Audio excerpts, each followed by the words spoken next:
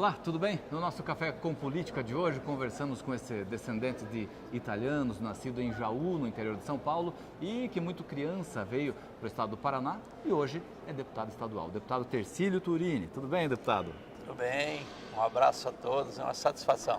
Muito obrigado por nos convidar para tomar um café, por aceitar tomar um café aqui com a gente. Isso é muito bom. Vamos tomar um café assim, Isso. Vamos conversar um pouquinho sobre a sua história, sobre... o senhor me falava agora há pouco que lá em Jaú o senhor ficou muito pouco tempo, desde que nasceu? Eu sou de uma família em que os meus 4 avós eram italianos, vieram da Itália. Inclusive eu tenho um documento na minha residência em Londrina, que a minha avó, ela chegou no Porto de Santos no dia 25 de dezembro de 1888. Os italianos que chegaram muito foram estimulados naquela época a vir para o Brasil, porque eles vinham exatamente substituir nas lavouras de café os escravos. Então, os meus avós chegaram naquela ocasião. Eles se casaram aqui no Brasil, eles se conheceram aqui. Então, eu sou de uma família que se instalou aí na região de Jaú, na zona rural. Eu nasci na zona rural. Eu sou filho, então, de um casal. Meu pai chamava Zen Turini. Zen Turini. Minha mãe Rosina. E nós somos em 6 irmãos. 6 irmãos. E eu nasci aí no interior, na zona rural. E meu pai, em 1947, já tinha um irmão dele que estava em Londrina e que falava maravilhas da nova região do norte do Paraná com relação ao café. Era um novo Eldorado, né? Época áurea do café. E então o meu tio chamou meu pai, que lá naquela região já era uma região no interior de Jaú pobre, para vir para Londrina. E meu pai trouxe toda a família e se encantou com a terra fértil, com toda a cidade, os cafezais, região, os cafezais enormes, a produção. Então meu pai nunca mais quis sair de Londrina. Um homem simples, que morou a vida quase toda na zona rural, mas que é um exemplo para nós, que teve uma participação fundamental na minha vida, porque quando eu terminei o primário na zona rural, eu estudei em escola da zona rural em Londrina, num distrito chamado Espírito Santo, e a professora, eu me lembro, como eu fui o primeiro aluno da turma, no 4º ano primário, ela falou para o meu pai: olha, esse menino tem que continuar estudando, porque ele tem muita capacidade. E meu pai falou: olha, eu tenho dificuldade, ele tem que ajudar na zona rural. Passados 3 anos depois de terminado o estudo, chegou um dia que eu falei para o meu pai: eu preciso continuar. E o meu pai, de uma forma muito tranquila, disse o seguinte: olha, meu filho, não posso te ajudar. Eu já tinha um irmão que já estava na cidade também, já trabalhava, que ele teve um acidente. Ele falou: vai, porque senão você vai viver a sua vida toda puxando o cabo de enxada como eu. Então foi uma decisão muito acertada. Isso mudou a minha vida. Eu pude fazer, aquela época era ginásio, científico, e eu tinha um grande sonho de fazer uma universidade e principalmente fazer medicina. Era o grande sonho. E naquela época era praticamente impossível.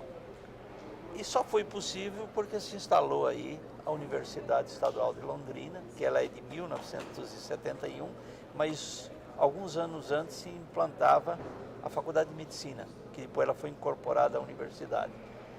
Se não tivesse uma universidade pública lá no interior, o meu sonho, como o sonho de tanta gente, não só para medicina, mas engenharia, direito, agronomia, veterinária e tantos outros cursos, as pessoas pobres não poderiam fazer. Então as universidades públicas, elas têm um papel fundamental na vida das pessoas. É verdade. Quem que fazia medicina na minha época? Eu entrei na Faculdade de Medicina em 1970.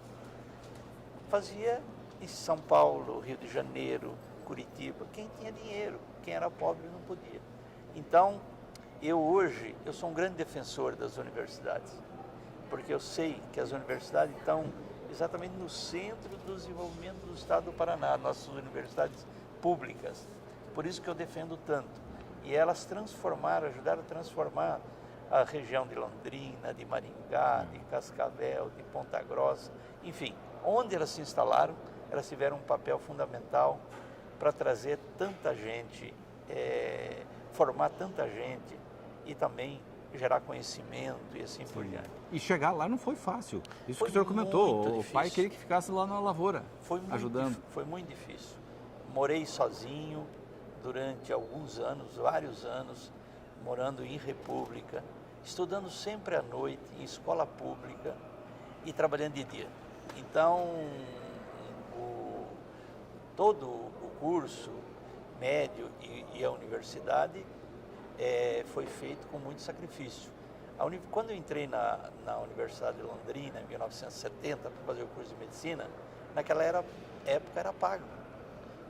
Não era tão caro como são as particulares, mas era pago. Sim. Eu dava aula em cursinho à noite para poder pagar a faculdade, para poder me manter e estudar. E isso realmente foi um aprendizado extraordinário que eu levo para a vida toda. O senhor mesmo que custeou a sua faculdade? Eu mesmo que custei a minha faculdade durante todo o período. E acabamos ajudando o resto da família, né, a vir para a cidade, para também outros irmãos poderem estudar. O senhor é mais velho dos irmãos ou não? Não, eu sou o terceiro filho, e por isso que até meu nome chama Tercílio, que em italiano é o terceiro filho. É o terceiro. É o terceiro filho. Interessante. É. Bom, vamos entrar aqui. Na faculdade que o senhor entrou para a vida política, Ada? Chegou o cafezinho, vamos tomar um cafezinho aqui? Isso. Isso. Serve aqui para o deputado, por gentileza. Café com leite. Café com açúcar ou sem açúcar, Com deputado? açúcar. Vamos tomar com açúcar. Não faz mal? O senhor é médico. Um pouquinho, de vez em quando. Obrigado. Não tem problema. Não tem problema? Com Não. moderação? Com moderação. Tá bom. Vamos falar um pouquinho aqui sobre Pode servir aqui, deputado. A sua vida política, fez política estudantil, a chamada PE? Fiz. Eu, inclusive... Na faculdade? Na faculdade. Eu entrei na faculdade num período mais difícil da ditadura militar, 1970. Período pesado ali. Pesado, era a época do presidente, era o Médici, e era um período mais, vamos dizer... Mais duro, mais rígido duro, ali. mais rígido, perseguia. Eu tive muitos professores que foram presos, que foram trazidos para Curitiba, foram torturados, sem a família, sem ninguém saber. E então, era um período... Presos lá em Londrina, trazidos aqui para Prodópolis, aqui em Curitiba. Prodópolis, aqui em Curitiba. E que isso criou um sentimento de revolta em muitos jovens, e eu fui um deles, pela indignação, de falta de liberdade, de falta de você poder se expressar, você se reunir. Era um período que você não tinha eleição nem para prefeito da capital. Era nomeado, exatamente. Era nomeado prefeitos, governadores. E nós, lá como estudantes, nós criamos o centro acadêmico. Foi na minha época, eu sou um dos fundadores do centro acadêmico, do Diretório Central dos Estudantes, lá em Londrina, porque eu era da 4ª turma de medicina. E a universidade estava começando. E era um burburinho, era um agito extraordinário que os alunos faziam. Havia um inconformismo político. Praticamente 100% dos alunos participavam da atividade do centro acadêmico, da atividade política estudantil. E isso a gente acabava falando pela sociedade, já que do ponto de vista político só existia 2 partidos, o MDB e a Arena, na época. E então, pela experiência, pela movimentação, por ser uma liderança estudantil, em 1975 eu me filio no antigo MDB. E me filio e passo a ser um militante partidário. Saio da política estudantil para fazer política partidária. E o inconformismo continuava. Ajudei a eleger prefeitos, ajudamos a eleger deputados. E se elegeu vereador de Londrina. mas só depois. Ah, foi posteriormente. Aí. Eu fui candidato a vereador em 1992, já na época que a ditadura já tinha acabado. Então ajudamos a eleger, e como estava muito insatisfeito com a própria atuação dos representantes que a gente elegia, em 1992 eu saio candidato a vereador e me elejo em Londrina, já pelo PSDB.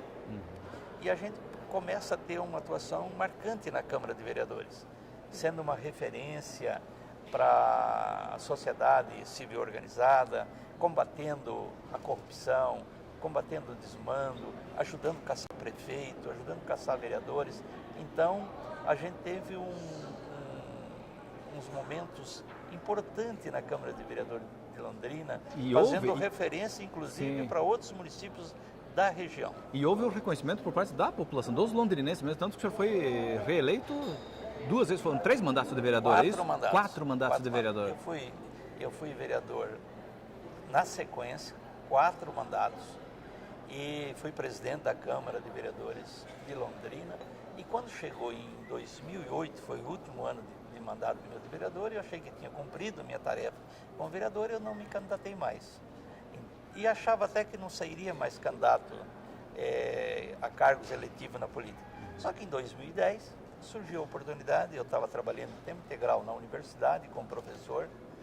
Eu atuei durante 35 anos como docente na Universidade de Londrina, lá no curso de medicina, professor de medicina, atuando, dando aula no curso para os alunos de medicina, na disciplina de hemólise infecciosa, no pronto-socorro, atendendo muito no hospital, e durante 35 anos eu atuei aí. Fui diretor do hospital. O senhor é especialista em infectologia? Infectologista. E atuou lá no HC de Londrina? No hospital do Hospital Universitário de Londrina. Eu fui diretor muitos anos no Hospital Universitário de Londrina. Então, de 2008 a 2010, eu só fazia medicina.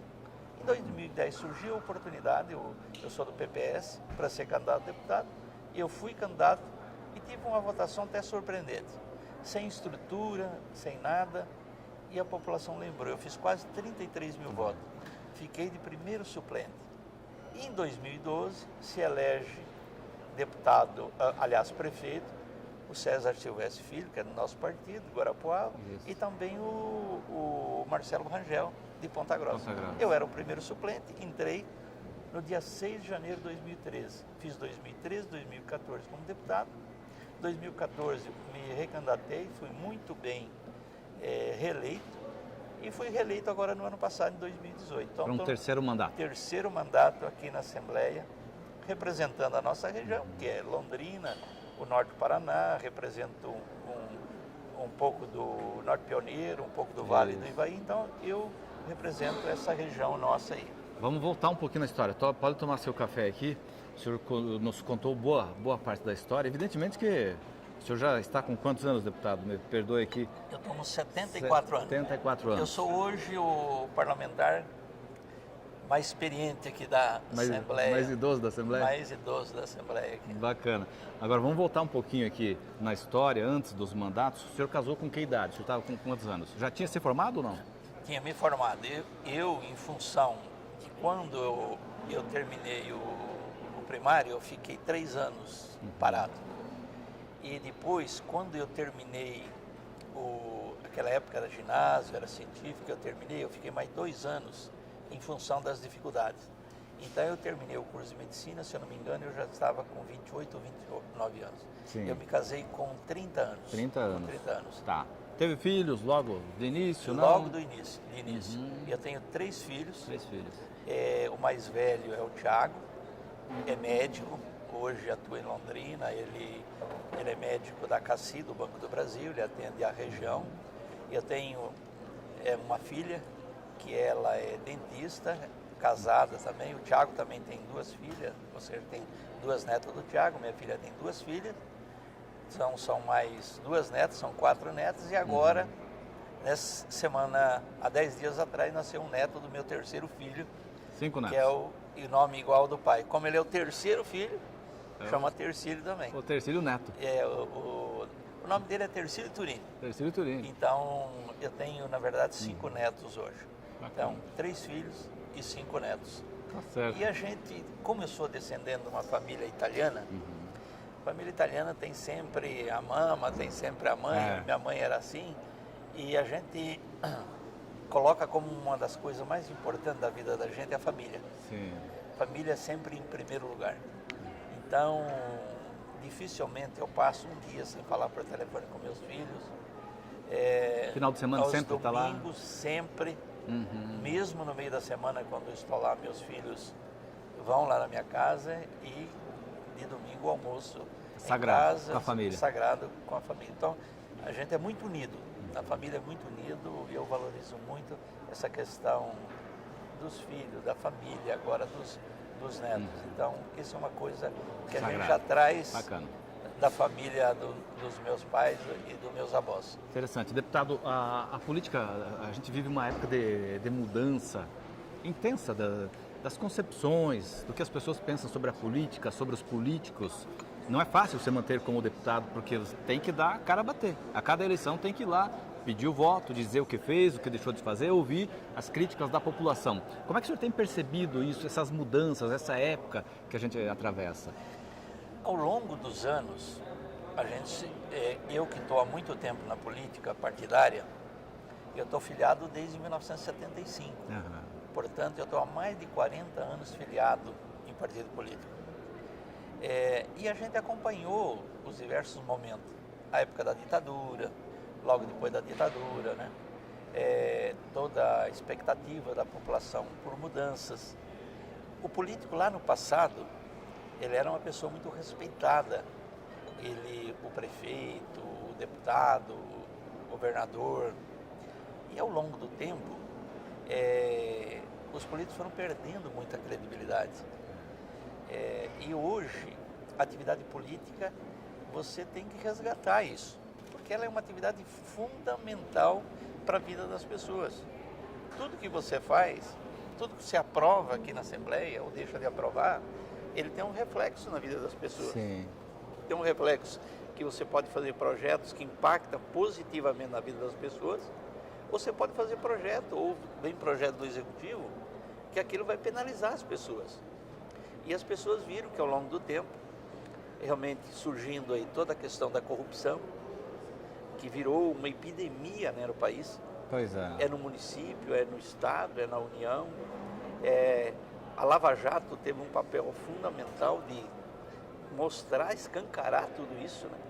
A questão da delação é um fator que a aprovação da lei em 2012, que deu toda essa oportunidade de você ter a delação, então isso realmente mudou. E como é que chegamos a isso, deputado Turini? Como é que o senhor entende por que chegamos a esse ponto de corrupção, dessa degradação moral que está escancarada aí? Olha, é lamentável, né?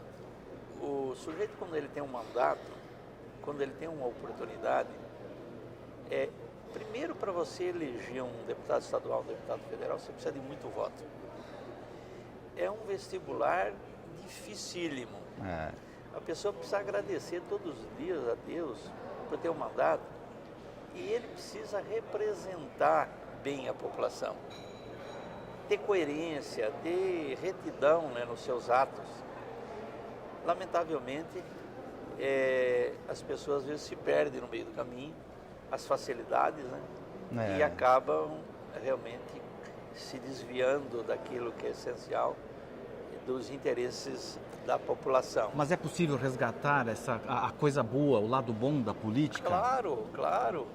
Primeiro, que a própria população ela já entendeu que o voto é um instrumento poderoso de mudança. Através do voto, a população pode mudar. A população tem dado muitos recados. Nessa eleição que passou, muitos deputados não se reelegeram, principalmente federal. Nós tivemos aqui a renovação dos senadores. A população, ela está percebendo que através do voto, ela pode ajudar a mudar. E tem que ser assim mesmo. Hoje, é muito fácil você saber a história da pessoa, você saber o seu passado, o seu presente, para votar com mais tranquilidade. Eu acho que através do voto, mesmo você estando indignado, estando decepcionado, nós vamos mudar isso através da política, através do voto. Escolhendo o representante que tenha compromisso com a comunidade, com a sociedade.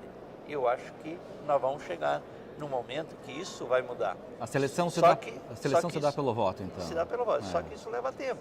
Eu acho que todo o trabalho que a Lava Jato fez ao longo desse tempo, isso também é uma contribuição fantástica, que vai ter a questão antes e depois de toda a operação da Lava Jato. Acho que muitas coisas, com o passar do tempo, elas vão mudar. E a gente tem que estar aí, trabalhar e ajudar para que essas mudanças realmente elas ocorram. A senhora acredita num país melhor? Eu sou otimista. Eu acho que nós vivemos um momento de enorme dificuldade. Se você tem uma crise política sem precedente, e nós temos, se você tem uma crise ética gravíssima, e nós temos, a crise política, a crise ética, ela leva à crise econômica. Nós estamos passando por uma crise econômica, e a crise econômica, ela penaliza os mais pobres. Se o país encolheu, o resultado é o desemprego. Nós temos aí hoje 14 milhões de pessoas desempregadas. E para essas pessoas voltarem a ter emprego, ter oportunidade, gerar renda, o país tem que crescer. E para crescer, o país precisa mudar. E a mudança é lá no Congresso Nacional, tem que fazer através das reformas. O senhor diria que o que acontece hoje no Paraná, por exemplo, existe toda uma disposição por parte do governo, do Poder Legislativo, existe uma mentalidade que é preciso melhorar, é preciso fazer com que os processos políticos alcancem a população. Essa mentalidade nova, o senhor diria que é o caminho para a gente melhorar o país todo? O Paraná pode servir de exemplo nesse aspecto? Olha, eu acho que nós aqui no Paraná, nós estamos numa situação até melhor do que a maioria do estado. Eu acho que nós vivemos momentos muito turbulentos aqui no Paraná também, há anos anteriores. Nós passamos por dificuldades enormes. Eu acho que nós vivemos situações que poderiam ter sido evitadas, que nem o 29 de abril de 2015. Eu acho que poderia ter se resolvido, já que existia uma dificuldade no governo, de uma outra maneira, através do diálogo, através do entendimento. Mas se estabeleceu um confronto e algumas medidas foram tomadas que vão ter reflexos para o futuro. Eu acho que nós vivemos um momento, com o novo governo, com o governador Ratinho, que existe interlocução, existe diálogo, existe aqui na Assembleia uma preocupação dos deputados no sentido de tratar com toda a transparência os atos que vêm para cá, os projetos que vêm para cá, diferente do passado, que se aprovava sem discussão. Eu acho que existe hoje essa mentalidade. O poder legislativo, ele tem um papel fundamental de trazer o debate, de se aproximar da sociedade. O poder legislativo, aquilo que às vezes pode ser excesso do outro poder, do executivo, ele tem que ser corrigido aqui. Pesos e contrapesos. Isso, aqui tem um papel fundamental de você fazer aqui o debate, fazer os ajustes, corrigir erros. Eu acho que o papel da Assembleia é fundamental. Para isso, você precisa ter uma aproximação com a sociedade. Quando você escuta a sociedade, você erra menos. Seguramente você vai errar menos se a gente conseguir estar sempre ouvindo, fazendo audiências públicas, participando de debates, trazendo as discussões naqueles assuntos que realmente são assuntos polêmicos e que interferem na vida, no dia a dia das pessoas. Tá certo. Deputado, nosso objetivo aqui sempre é trazer um pouquinho da experiência do parlamentar, um pouco da história, resgatar um pouco da história de cada um, para a gente mostrar para a população que por trás de um parlamentar que está lá votando no plenário, existe um cidadão, alguém que tem uma história, que construiu uma história para chegar até aqui. E a gente conseguiu hoje retratar um pouquinho da sua história aqui. Muito obrigado pela sua entrevista. Eu que agradeço. É sempre uma oportunidade e é importante para a gente poder falar com o público, né? Falar com as pessoas às vezes conhecerem um pouquinho mais da gente, né? Do dia a dia, da nossas, não só atividade política, mas da história, né? Da ligação com outras pessoas. Com a satisfação. Um abraço a todos. Muito obrigado. Vamos tomar o cafezinho aqui antes que esfrie. Deputado, um brinde aqui ó, aos paranaenses, que a gente tem um Paraná cada vez melhor, não é verdade? Com certeza. Obrigado, deputado, pela sua trabalhar entrevista. para isso. Obrigado. Obrigado. Obrigado a você que esteve com a gente em mais um Café com Política, hoje conversando aqui com o deputado Tercílio Turini, esse médico que veio muito cedo do interior de São Paulo aqui para o Paraná, construiu a história e hoje é deputado estadual aqui exercendo o terceiro mandato. Muito obrigado pela sua companhia e até uma próxima.